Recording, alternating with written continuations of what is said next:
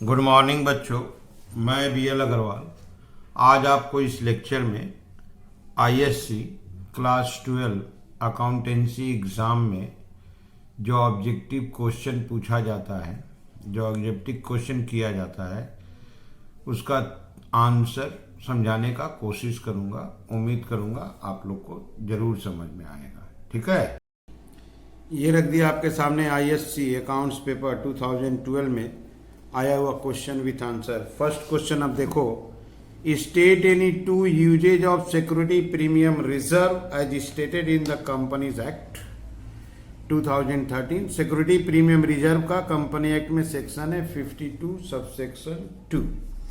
Under this section security premium reserve का use बताया गया है preliminary expense, discount on debenture etcetera write off करने में, और फुली पेड बोनस शेयर देना है या प्रीमियम ऑन रिडेम्पशन को राइट ऑफ करना है। तो यहां देखिए लिख रहे हैं the usages of security premium reserve as per section 52 subsection 2 companies act 13 आर। एक नंबर देखिए, in writing off preliminary expenses of the company.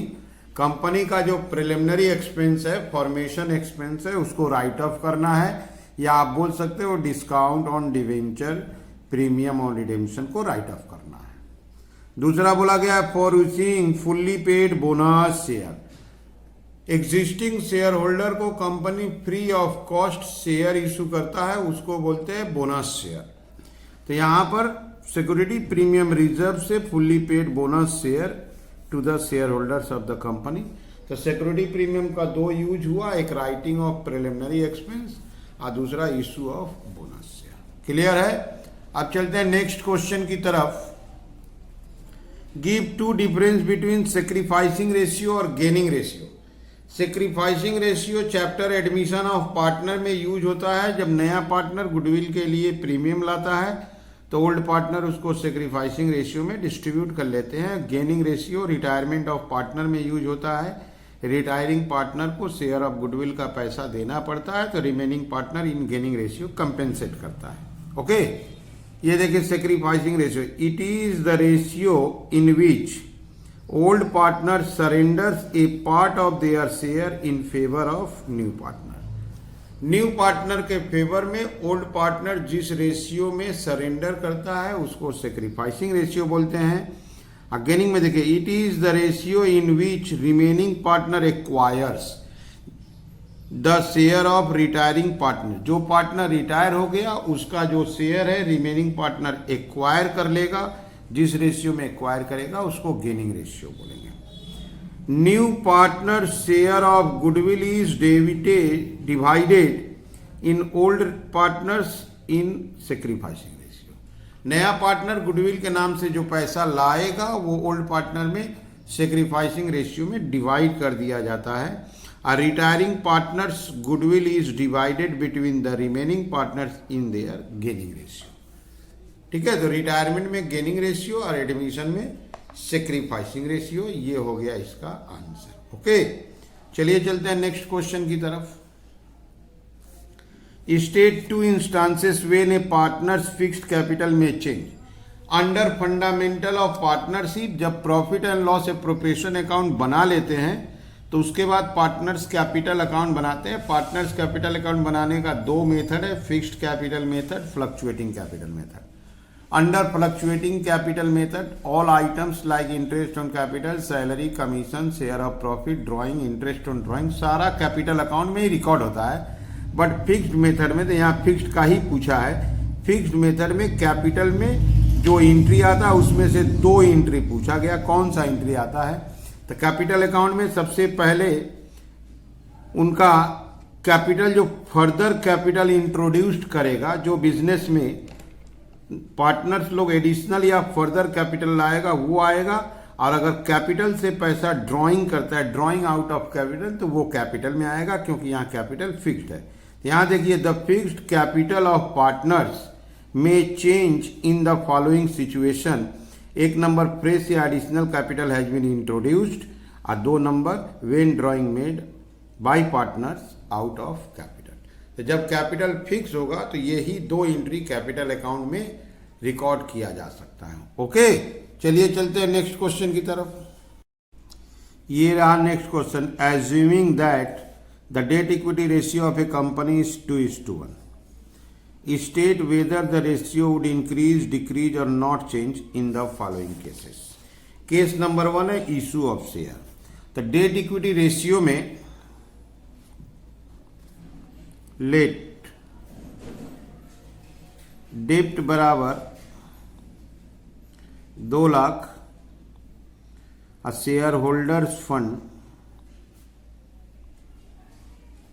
1 lakh, इसको एज्यूम कर लिए। तो डेट इक्विटी रेशियो 2:1 है, तो लॉन्ग टर्म डेप्ट को 2 लाख और शेयर होल्डर फंड को 1 लाख एज्यूम कर लिए। एक नंबर में डेट इक्विटी रेशियो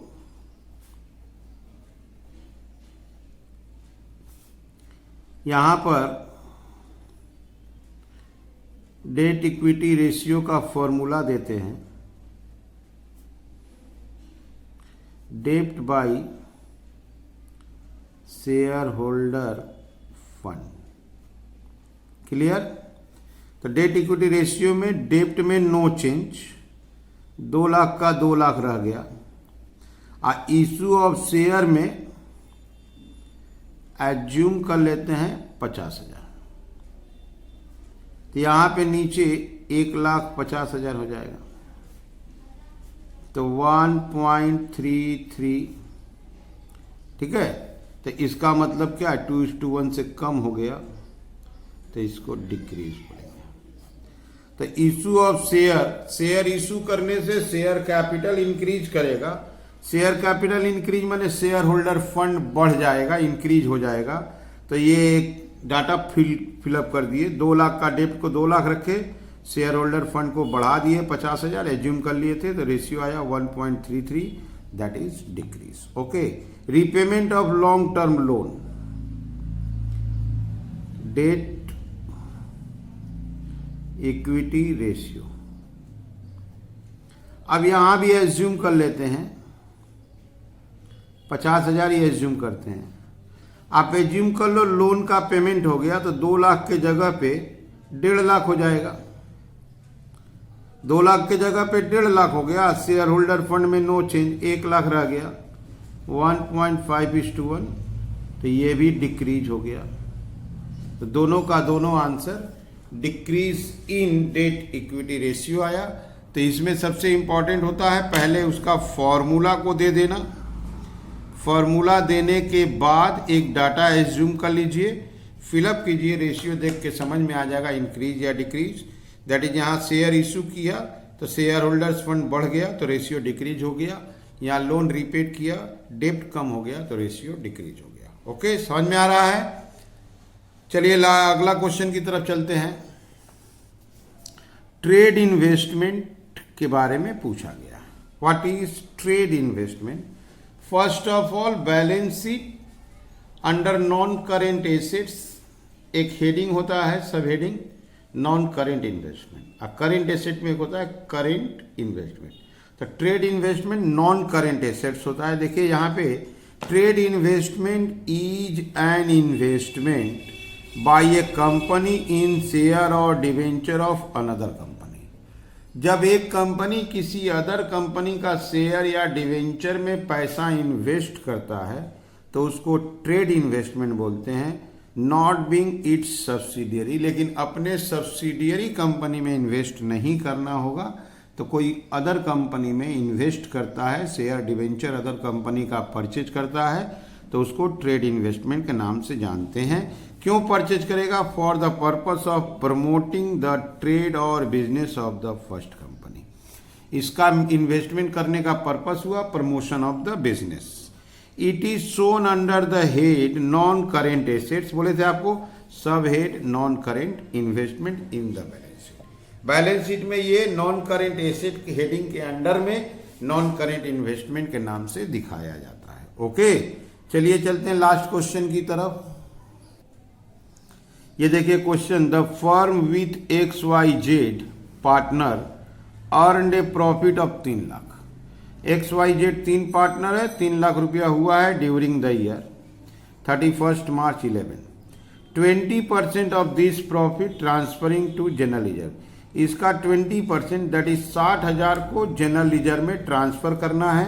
इसका ये जर्नल एंट्री पूछा है, तो जर्नल एंट्री दिखाते हैं।